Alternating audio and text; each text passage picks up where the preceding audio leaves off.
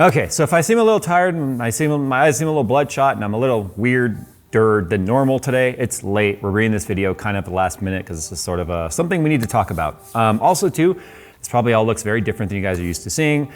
We moved this video in place of a video that should have been going live, so you guys will, it all makes sense later. There's a video about this. But today we're going to talk about Nvidia and their continued slimy behavior towards, well, pretty much everybody, but specifically towards the way they're treating a fellow reviewer of mine that, well, there's a lot to talk about here.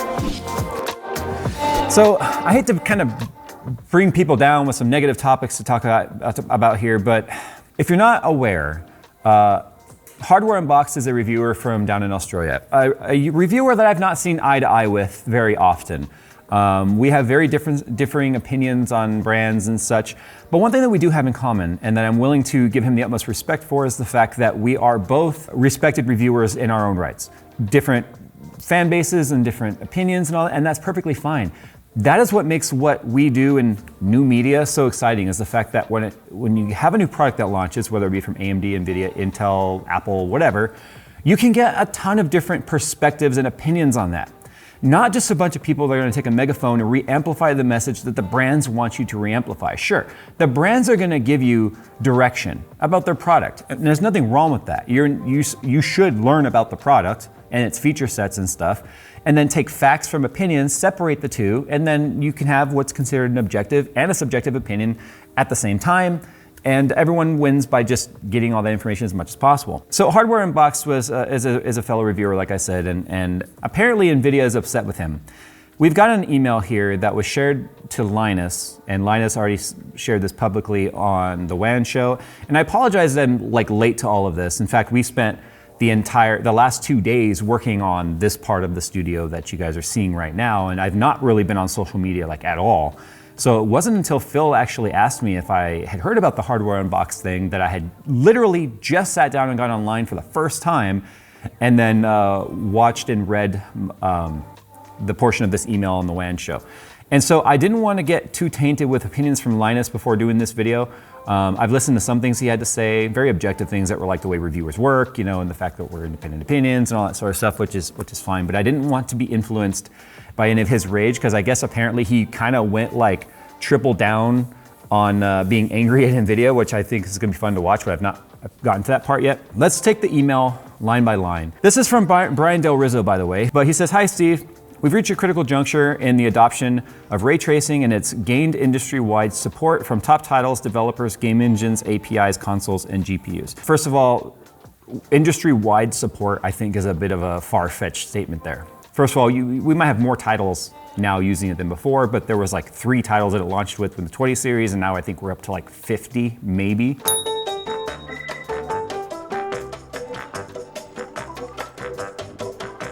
Developers, that's just whoever they throw money at, let's be honest. Developers will take whatever money comes their way, and Nvidia's got plenty of money to spend, and so they spend money with developers to make sure their technologies make it in there. So I wouldn't say the developers are so much adopting it as much as they're literally letting Nvidia pay for it. Game engines, APIs, consoles, and GPUs. As you know, and first of all, by console, they mean the Switch, which is running on old Maxwell Tegra GPU and APU technically. So let's not fool ourselves, AMD is console. As you know, Nvidia is all in for ray tracing.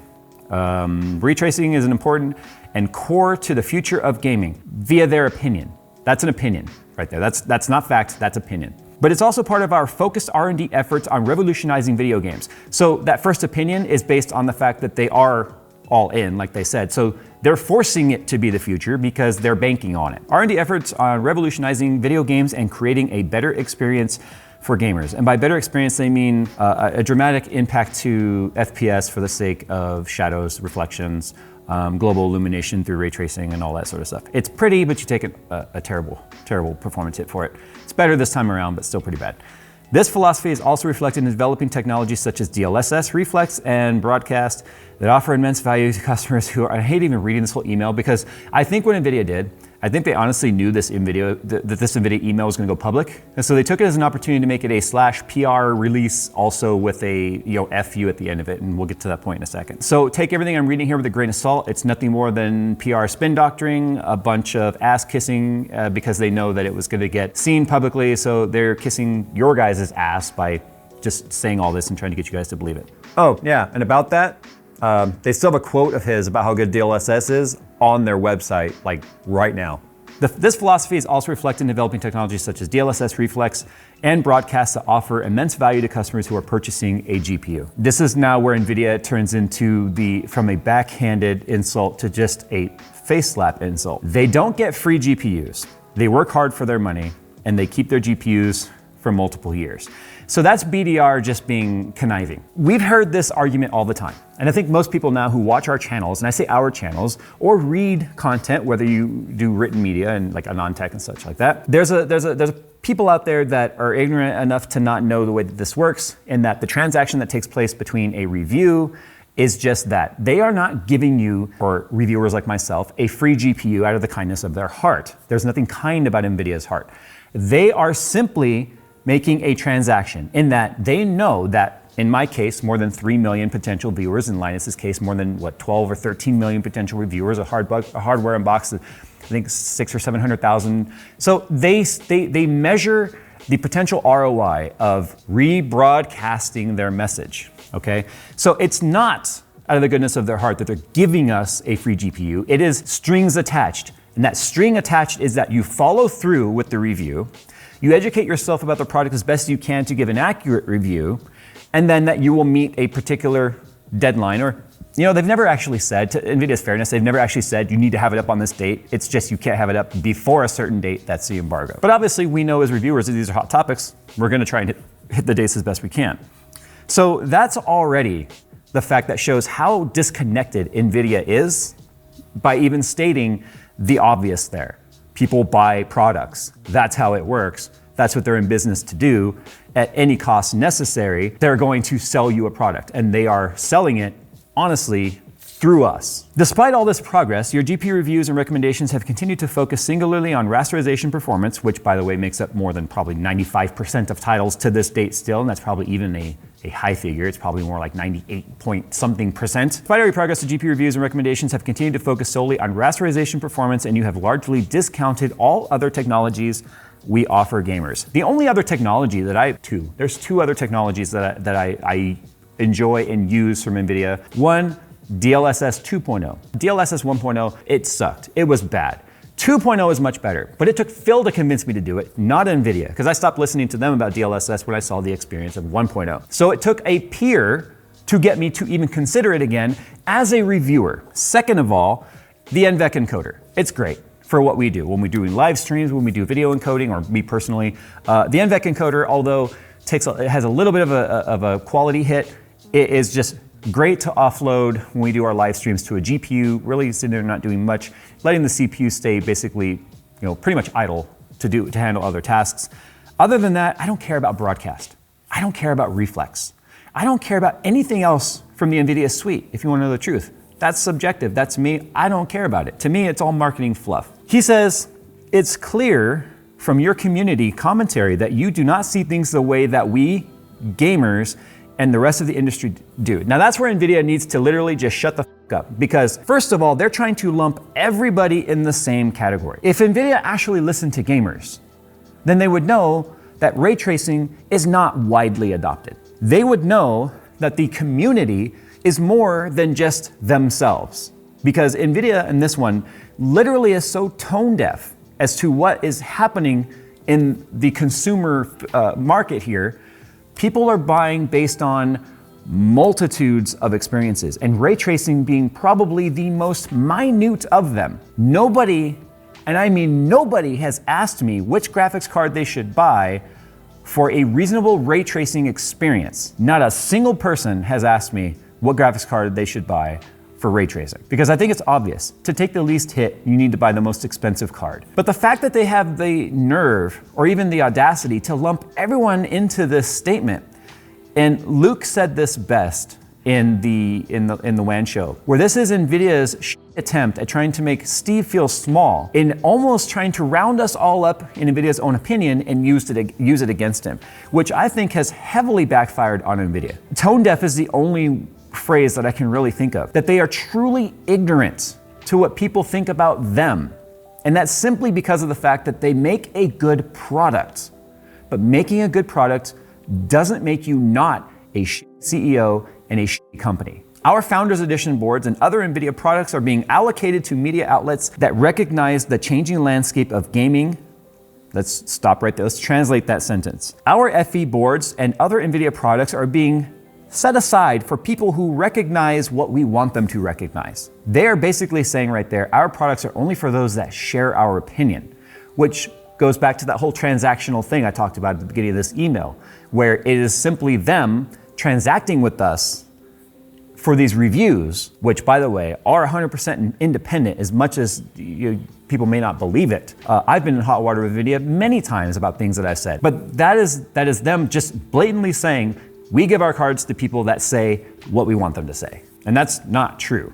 It's simply not true. It's just, this is what they're telling Steve. And recognizing the changing landscape of gaming and the features that are important to gamers and anyone buying a GPU today, be it for gaming, content creation, or studio and streaming. Hardware Unboxed should continue to work with our add-in card partners to secure GPUs to review. Of course, you will still have access to obtain pre-release drivers and press materials. That won't change. We are opening to revisiting this in the future should your editorial direction change. So you should continue to work with our add-in card partners. That's companies like EVGA, Asus, MSI, Gigabyte, Aorus, Galax, all those companies that make NVIDIA branded graphics cards, but they have their own custom boards. When a new card is coming out, NVIDIA has the last say on who gets those cards, regardless of what they're saying here to Steve.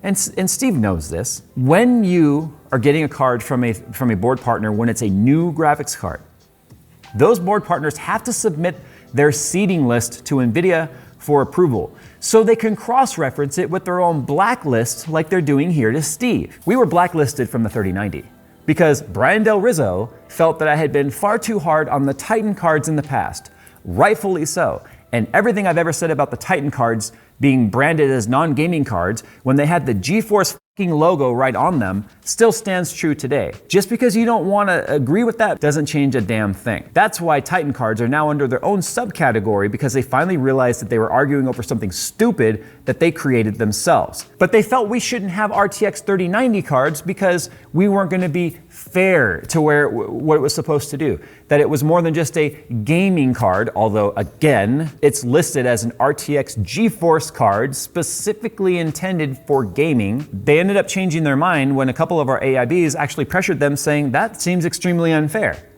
And here we are today using 3090s on our world record attempts and stuff like that, which, by the way, NVIDIA hates the fact that we do these crazy overclocks on them because they're very outside the parameters at which it's supposed to operate. But that's besides the point. We get support in other places for people that allow us to have fun. But the point is, they could still blacklist Steve through those AIBs. That's literally just a cop-out legal thing right there. I feel like that's just a way of legally covering their ass of saying, well, we're not saying he can't have NVIDIA cards. He just can't have them from us. We're open to revisiting this in the future should your editorial direction change. That's basically saying, when you're willing to do it the way we want you to do it, then we can talk about this in the future. Now, here's what makes this so weird. They've never treated me like that. And it's funny because people are probably going, well, that's obvious, Jay, you're an NVIDIA shill.